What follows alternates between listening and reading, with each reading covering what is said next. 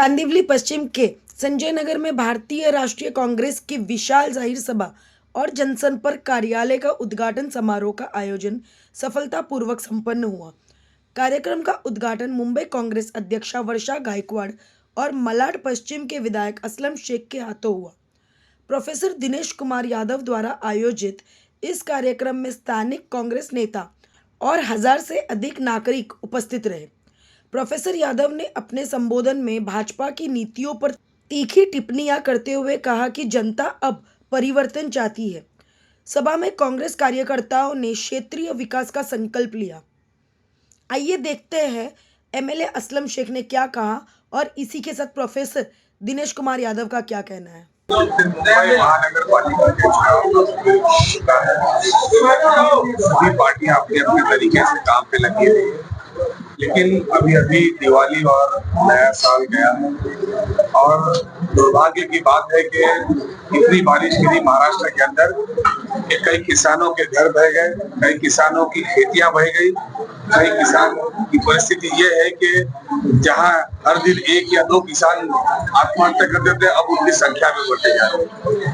मुझे इस बात की समझ में नहीं आती है कि जहां पे आज किसान भूखा मर रहा है, जहाँ पे किसानों के घर को ठीक कराने की जरूरत है, जहाँ पे किसानों को मदद देने की जरूरत है, वहां पे मदद ना देते हुए आज हजारों करोड़ रुपए की मिठाइयां पूरे मुंबई शहर में दिवाली के नाम पे बांटी जा रही है और सरकारी खर्च किया जा रहा है और हमारा किसान जो है आत्महत्या कर। आज मुंबई शहर में अगर 1 किलो की मिठाई लोगों को नहीं मिलेगी तो भी दिवाली तो मनाएंगे लोग, लेकिन हमारा किसान को अगर एक वक्त का खाना अच्छा मिल जाता तो हमें अच्छा लगता है।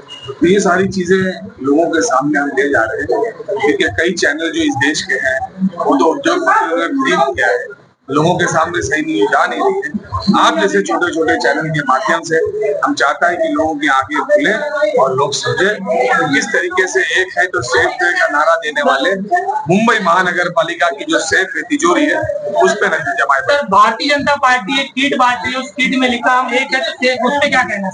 नहीं, वो बता रहा हूँ ना, वो एक है तो सेफ है, वो जो मुंबई महानगर पालिका की जो सेफ है तिजोरी है उस पे नजर है।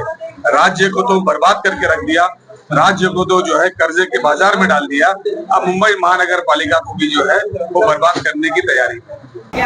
आदरणीय असलम शेख जी का मैं वार्ड क्रमांक 31 में अपने रहवासियों की तरफ से स्वागत करता हूं। साथियों, आज का यह कार्यक्रम जो रखा गया है वो आप सभी लोगों से छुपा नहीं है साथियों, कि बीएमसी का चुनाव जो नजदीक आ गया है उसके संदर्भ में हमारे मार्गदर्शक, हम सभी लोगों के नेता माननीय असलम शेख जी का वार्ड क्रमांक 31 में पदार्पण हुआ है। इसके लिए मैं उनका हार्दिक स्वागत एवं अभिनंदन करता हूं। इनका जोरदार तालियों के साथ इनका स्वागत करिए साथियों, जोरदार तालियों के साथ, क्योंकि ये हमारे कार्य सम्राट हैं। उत्तर मुंबई में कांग्रेस की अलख, कांग्रेस की जान, कांग्रेस की पहचान हमारे असलम शेख साहब आज यहाँ पर संजय नगर की धरती पर आपके अगर पग आए हैं तो आपके लिए सारी चीजें हमारे लिए सलाखों पर होगी। और हमारी मुंबई अध्यक्षा श्रीमती वर्षाताई गायकवाड़ जी का भी आगमन कुछ ही चंद मिनटों में आपके समक्ष होने वाला है। मैं उनका भी अग्रिम स्वागत करता हूं। साथियों, आज की जो जाहिर सभा है उत्तर मुंबई चारकोप विधानसभा वार्ड क्रमांक 31 के माध्यम से कांग्रेस पार्टी आपके बीच में एक संदेश को उजागर करना चाहती है साथियों, कि मैं आपको इंकलाब के नारे से ललकारता हूं और इंकलाब जिंदाबाद के नारे से ये उद्घोष करता हूं कि जैसे हमारे नेता प्रदर्श कार्य सम्राट माननीय श्री राहुल गांधी जी पूरे हिंदुस्तान में, पूरे भारतवर्ष में अपने आप को अपनी एनर्जी को छोड़ कर जो मेहनत कर रहे हैं, हम लोगों को भी कुछ उनसे सीखना चाहिए साथियों। उसी की कड़ी में यह कार्यक्रम मैं रखा हूं। आप सभी लोगों को पता है कि कुछ ही समय में महानगर पालिका का चुनाव आपके दरमियान होने वाला है साथियों। तो आपको मैं बतलाना चाहता हूं कि वार्ड क्रमांक 31 की जनता जो है वो इस बार जो पुरानी कांग्रेस की यह सीट थी, इस सीट को वापस कांग्रेस की झोली में डालने जा रही है साथियों। आज हमारे साथ केसरिया हनुमान मंदिर के इस प्रांगण में आप पढ़ लीजिए और हमारे नेता को असलम शेख साहब को यह आश्वासन दीजिए कि वापस जो कांग्रेस का यह गढ़ माना जाता था, यह गढ़ वापस हम लोग जीतकर आपकी झोली में डाल देंगे साथियों। हम पूरे कांग्रेसवासी आपसे यह वचन देते हैं साथियों। परिवर्तन का जो नियम है वो समय भी इसका पालन करता है साथियों, यानी कि समय का नियम परिवर्तन है। तो इस बार जनाधार के माध्यम से परिवर्तन आपको करना होगा साथियों।